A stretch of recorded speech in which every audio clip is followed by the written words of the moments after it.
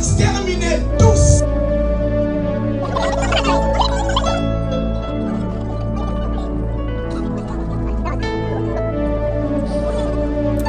Salut tout le monde, alors j'espère que vous allez bien. Je vous salue au nom de Dieu, notre Seigneur et Sauveur. En fait, non mais j'espère que vous allez bien. Alors aujourd'hui je vais faire un vlog parce que je me suis dit ce sera plutôt intéressant de faire un vlog. Surtout que là, en fait, on a une réunion. Aujourd'hui on est samedi 3.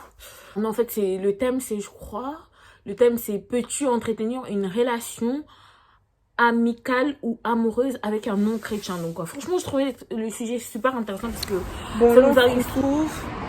Je me suis habillée, maquillée et tout. Là j'attends le bus. On va parler de la jeunesse. Ouais. On va parler des relations. Ils vont venir écouter. Pour les gens là, vous voulez sortir avec des gens qui ne prient pas. Ils vont chercher les gens qui prient là. Sinon, venez les gens, on va vous inviter. Ça va se passer très bien. Ça, non, c'est pas vrai. Ça va péter. Ça va péter. Alors là, on vous attend. Ça fera plaisir en fait de partager avec des jeunes. Tout. Ouais. Donc entre nous les jeunes, on doit parler des jeunes. On doit savoir, on s'est mis dans une relation, on doit savoir où on part. Qu'est-ce que ça nous attend après, tu vois? Exactement. Parce que nous, on se met dans une relation, on ne sait pas qu'est-ce que ça nous attend après. Venez nombreux, comme ça, vous allez écouter. On parlera des bonnes choses, en fait. On ne va pas vous interdire de ne pas sortir avec des gens. Ouais. Non, on ne va pas interdire. Nous, on est des jeunes, on a envie de se mettre en couple, mais tu te mets en couple avec quelqu'un. Tu sais qu'est-ce que tu attends après? Tu sais pas. Viens prendre avec nous, ça fera plaisir, énorme plaisir. Énormément. Alors, Coco, bon, elle a tout dit, voilà. Voilà, elle a tout dit, voilà, on vous invite, n'hésitez pas. Venez vraiment, c'est vraiment important, vous voyez, c'est important parce que les copinages, c'est un sujet un peu tabou dans le monde chrétien, vous voyez. Exactement. Voilà, du coup, je vous invite, n'hésitez pas. Surtout, n'hésitez pas à venir. Ouais, elle vient de Beauvais. Encore, moi je viens de Beauvais, regarde. Je suis venue quand même parce que c'est un sujet entre les jeunes. Voilà, on a toujours des idées, des suggestions, beaucoup de trucs, beaucoup de trucs. Il y aura aussi des questions. Venez, on va vous écouter, vous aussi, vous allez nous écouter, vous voyez. On va changer des idées, on va changer des... Voilà. Et la sardine. Voilà. En fait, j'ai oublié de dire ça. Il y aura aussi des questions. Hein. Vous allez se sentir en l'aise des questions. Voilà. C'est pas une prédication. Oui, on c'est pas droit, on a droit de questions-réponses. Tu peux dire, pasteur, j'ai envie de savoir ça, c'est quoi et ça. Tu vois, on est obligé de poser des... C'est vraiment une obligation de poser des questions. Parce qu'on ne peut pas venir juste écouter. C'est mort. Parce que moi je parle trop. Hein. Et moi, j'ai pas envie qu'on me parle. Et moi, je pose pas des questions. Donc, non. Moi, je dois poser des questions. C'est ça, ma sœur. Toi que tu me regardes, tu es obligé de poser des questions. Et tu dis à pasteur, papa, ça veut dire quoi? Ouais. C'est c'est simple. Je vous aime trop, beaucoup. Parce que là, on va arriver à l'église. Oui. Donc, à la prochaine fois.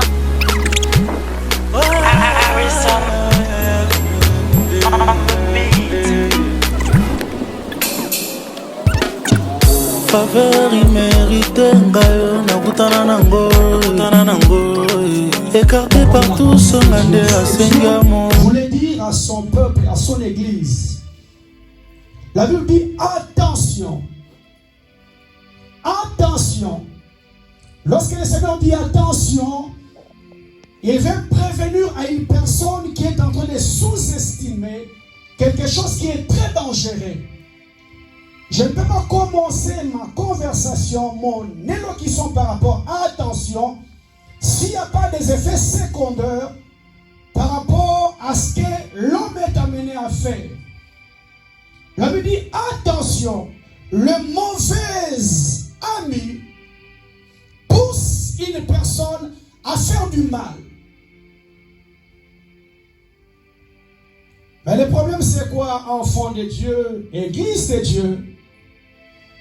Nous pensons être plus intelligents que Dieu.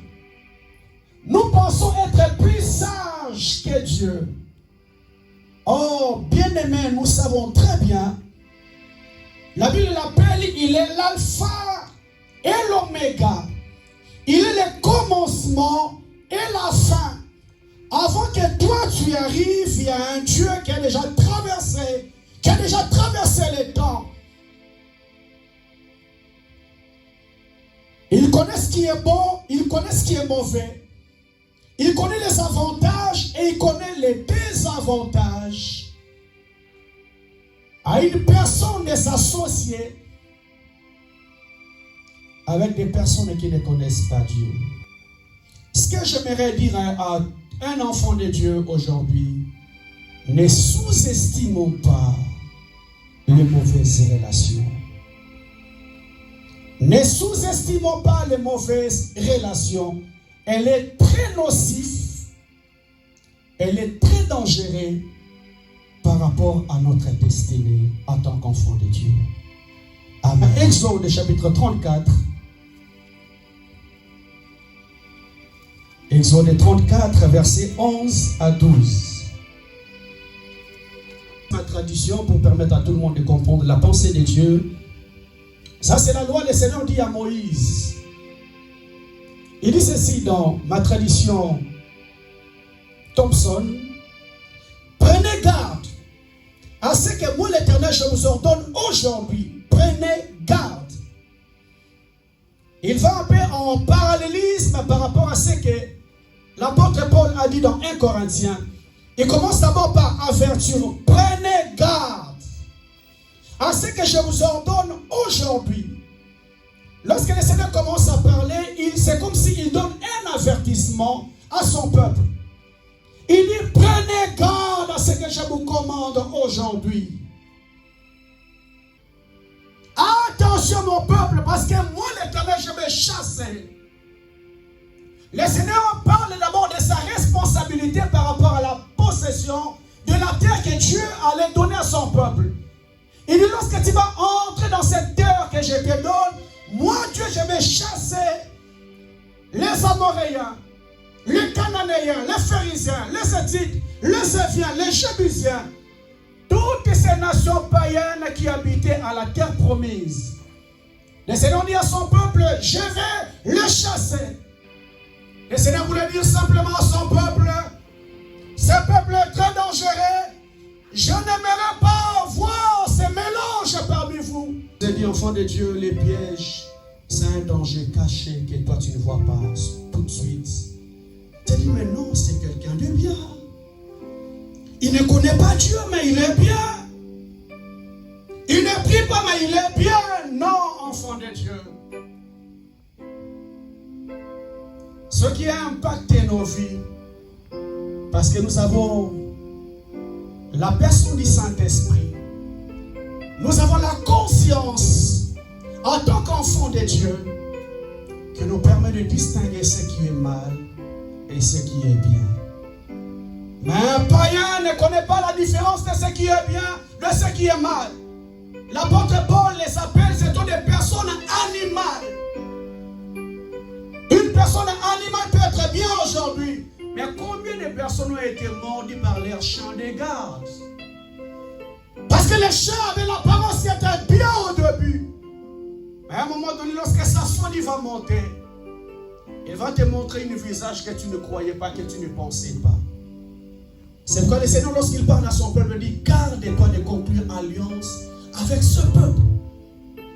Il y a des choses que je vais permettre, mais il y a des choses que moi, Dieu, je ne permets pas. Ne conclue pas l'alliance avec ce peuple parce qu'ils seront un piège pour toi. J'aimerais dire à une personne aujourd'hui qui est en train d'entretenir certaines relations avec des païens. Sache que ça peut bien commencer, mais demain ça sera un piège pour toi. Si par exemple ça fait 10 ans, on sort avec non, on est marié. Ouais. On est marié avec la personne, ouais. Et que ça fait 10 ans. Et qu'à un moment, en fait, on n'a plus d'amour pour elle. Ok. Moi, je pense qu'il parle vraiment au niveau des sentiments. Est-ce qu'on peut... ça fait 10 ans qu'on est ensemble et je ne ressens plus le même sentiment que j'avais avant. Oui. Est-ce que je peux toujours rester avec la même personne? Je pense que c'est les sentiments. Oui, c'est ça. Je parle vraiment côté sentiments. Oui, c'est ça. Ok. Bah, je pense que l'amour, c'est pas tout le temps. Hein. On ne ressent pas tout le temps. Bah oui, papa. D'accord, on va répondre à la question d'Idrissa. Ça fait 10 ans qu'on est ensemble et du jour au lendemain, je ne ressens plus la même chose envers la personne. Qu'est-ce que je dois faire? Amen. D'abord, là, le mariage, c'est quoi? Le mariage, c'est un accord entre deux personnes. On ne se marie pas un jour pour divorcer. C'est un aller sans retour. Amen. Parce que le Seigneur est catégorique par rapport au divorce. Même le Seigneur Jésus dit, c'est à cause de la dureté de votre cœur que Moïse a dit, encore d'infidélité. Mais au commencement, il n'en était pas ainsi. D'accord? Je ne sens plus rien par rapport à cette personne. Qu'est-ce que je dois faire? D'abord, de 1, tu ne peux pas divorcer. De 2, le problème des sentiments, c'est quelque chose qui est charnel. Parce qu'on ne se marie pas seulement par rapport au plaisir de la chair. D'accord? Parce que dans la vie, il n'y a pas que les sentiments charnels. Dans les mariages, il y a autre chose que les sentiments charnels. Lorsqu'il y a ces problèmes, je dois retourner auprès du Créateur. Je dois retourner auprès de Dieu dans la prière. Et le Seigneur a la possibilité de nous délivrer de ces démons qui est venu troubler l'unité de notre foyer. Je ne peux pas divorcer par rapport au sentiment qui ne vient pas. Donc, le sentiment est parti ailleurs. Véritable identité d'une personne. Je dois prendre mon temps pour vérifier quand même la personne auquel je vais m'engager demain. La personne vient dans ma vie, il est spirituel. Il est très spirituel, c'est un enfant de Dieu, mais il commence déjà à me toucher. Une personne spirituelle peut me toucher déjà.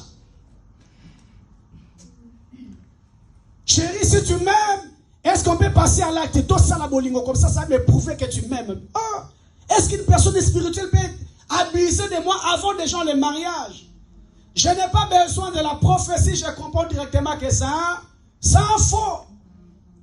La Bible me dit, la femme de Potiphar est venue, elle a dit, Joseph, couche avec moi. Joseph a refusé, parce que cet homme était spirituel. La Bible dit, quoi qu'il parlait nuit et jour, Joseph était catégorique, il a refusé. Une personne qui est fort bien-aimée, tu vas le reconnaître par son fruit. Le Seigneur Jésus dit, produisez donc les fruits dignes de la repentance. Un frère qui est faux, une sœur qui est fausse, tu vas le reconnaître par ses habitudes, par son caractère. Il ne va jamais abuser de toi avant le mariage. Une sœur qui est spirituelle ne va demander à son frère, on y va ensemble avant le mariage. Un frère qui est spirituel ne va jamais te demander ton corps avant le mariage. Et lorsque, avant même de s'engager, je reconnais qu'il est faux. Et dans les mariages, je risque de devenir pire.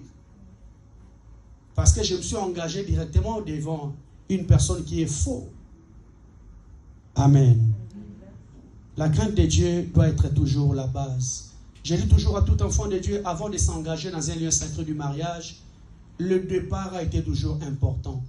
Si nous loupons le départ, à l'intérieur, il y aura des sérieux problèmes parce que les bases n'ont pas été bien fixées au départ. Lorsqu'il vient dans ma vie, il va savoir que je suis un homme de Dieu, je suis une femme de Dieu. Il y a des choses que tu ne te permettras pas de me demander parce que tu connais déjà ma position en tant qu'enfant de Dieu. Donc je ne peux pas me baser sur une prophétie, je ne peux pas me baser sur une parole de connaissance parce qu'il y a beaucoup d'aventuriers. Amen. Il y a un témoignage. Où je dois épouser un croyant et qu'on est marié et que ce croyant change de voie, devient par exemple un occultiste. Qu'est-ce que je fais dans ce cas? Est-ce que je continue ou bien je divorce?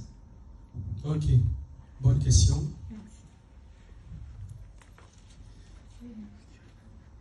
Vous êtes déjà marié, mais tu es amené à être marié. Je suis marié avec un croyant. Je suis marié avec un croyant. Et que l'un de nous change de voie. Ok. Il y a un occultiste. Est-ce que je dois toujours continuer avec ce mariage ou qu'est-ce que je fais? Ok, c'est une bonne question parce que la Bible a déjà répondu à ce genre de questions. Amen. Prenons 1 Corinthiens, chapitre 7.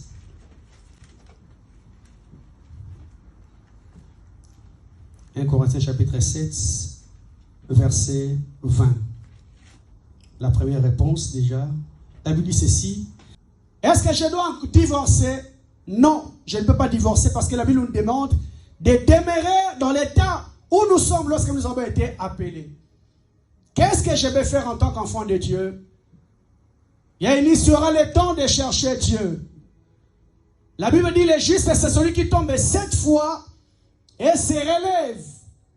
C'est un esprit mauvais qui est rentré dans mon foyer. Et le Dieu Tout-Puissant que nous prions a la possibilité de nous délivrer de cette réalité. Parce que être visité par un esprit ne fait en sorte que cet homme a perdu son salut. Parce qu'il a accepté Jésus comme Seigneur et Sauveur dans sa vie. La Bible dit Dieu ne se répand pas de ses dons ni de son appel. Il a accepté Jésus, mais son comportement a fait en sorte que Dieu a été attristé. Étant sa femme, étant son homme, je ne peux pas laisser mon conjoint dans cet état. Je vais prendre le temps de chercher le Seigneur pour que le Dieu Tout-Puissant puisse le délivrer de ces choses. Je dois être maintenant un véritable enfant de Dieu pour étouffer ces faits étrangers qui est rentré dans ma maison. Il peut être occultiste. Il ne va rien comprendre de tout ce qu'il fait n'aboutit pas. Parce qu'il y a le feu de Dieu dans cette maison. J'ai prié le Seigneur, j'ai vu ceci ou par prophétie. Est-ce qu'on peut s'engager juste parce qu'on a reçu une prophétie ou parce qu'on a prié et on a vu une vision? Est-ce que le mariage peut se baser par une prophétie ou pas? Ou comment on peut vraiment être sûr au niveau des spiritualités, évaluer la spiritualité d'une autre personne? Ok. Une très bonne question. Amen. Parce que je vous ai dit, enfant de Dieu, avant de s'engager dans un mariage, il faut bien vérifier la spiritualité de la personne auquel tu veux t'engager. Je ne peux pas me baser sur un mariage par rapport à une vision ou par rapport à une prophétie. Parce que la Bible dit, examinez toutes choses. Alléluia. Ne mettez pas foi en tout esprit, mais examinez pour savoir quelle était la volonté de Dieu. Non, ça bloque. Comment ça bloque? Même si vous faites des bisous.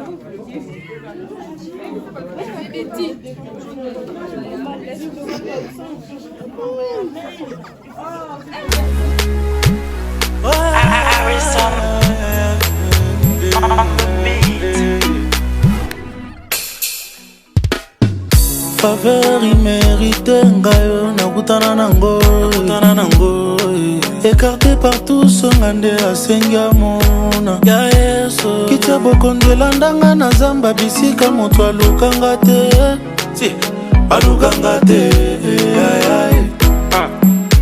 never leave me alone. He never leave me alone. From today you be the one I go dance for, my Lord. Bitumba nanga longa, bikumba nanga ya mema.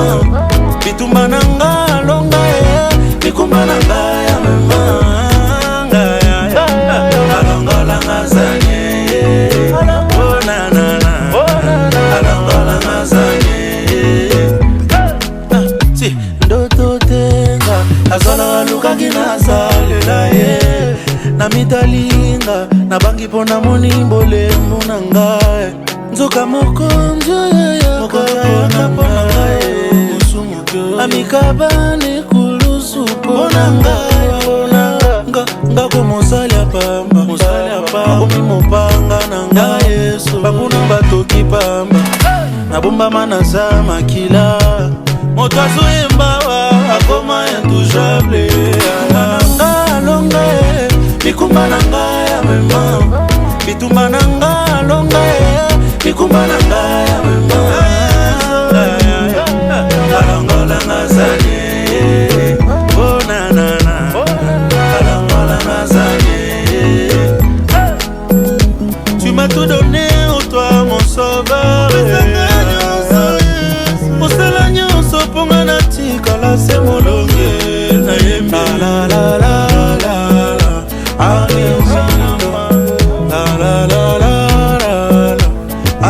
I'm a winner in my God.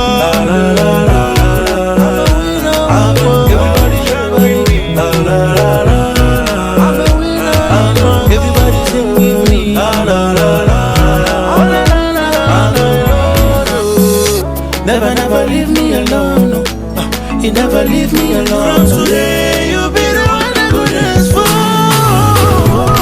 Yeah. Oh na na na na na. Bitumba nanga longa, bikumba nanga ya mema.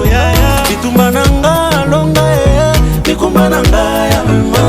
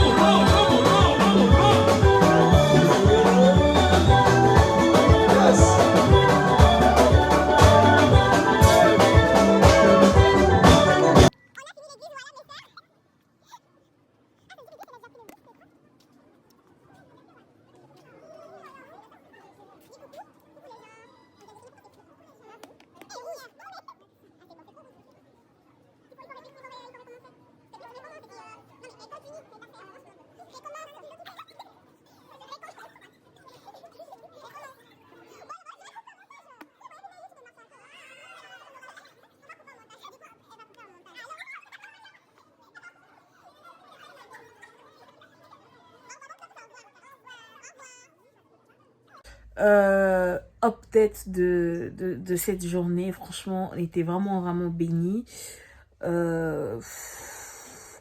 C'était juste incroyable. C'est vraiment une journée réussie. Vous savez, on est une église qui a pas beaucoup de gens, mais là j'étais vraiment surpris.